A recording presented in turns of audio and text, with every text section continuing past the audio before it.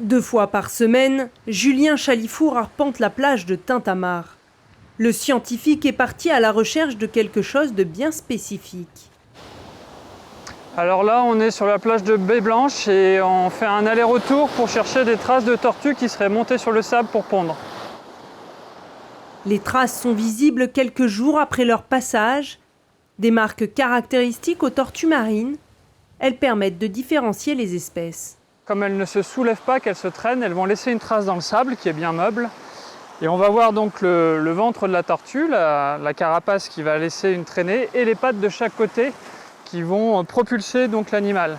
Et la largeur de cette trace et sa symétrie par rapport à un axe central vont nous permettre d'interpréter la trace et de dire c'est telle ou telle espèce qui est passée là.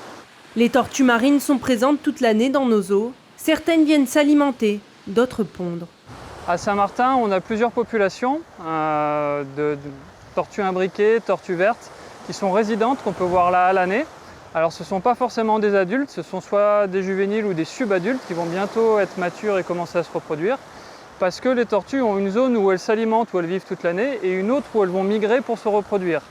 Et par contre, celles qui viennent pour pondre, donc les femelles, et qui se reproduisent pendant ce trajet, elles vont venir sur une période qui, en moyenne, s'étend de mars à novembre à Saint-Martin.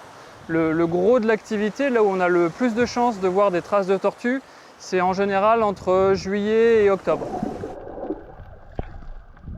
En 2023, 255 traces de ponte ont été relevées, dont 44 sur la plage du lagon de Tintamarre, qui reste l'un des lieux les plus fréquentés par les tortues marines. Une plage où les traces sont encore visibles.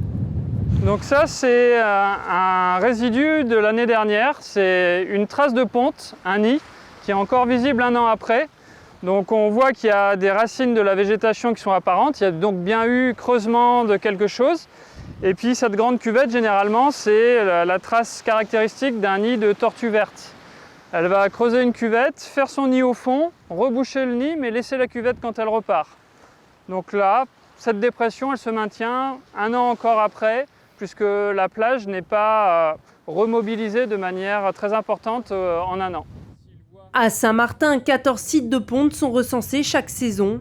Un suivi rendu possible grâce aux bénévoles.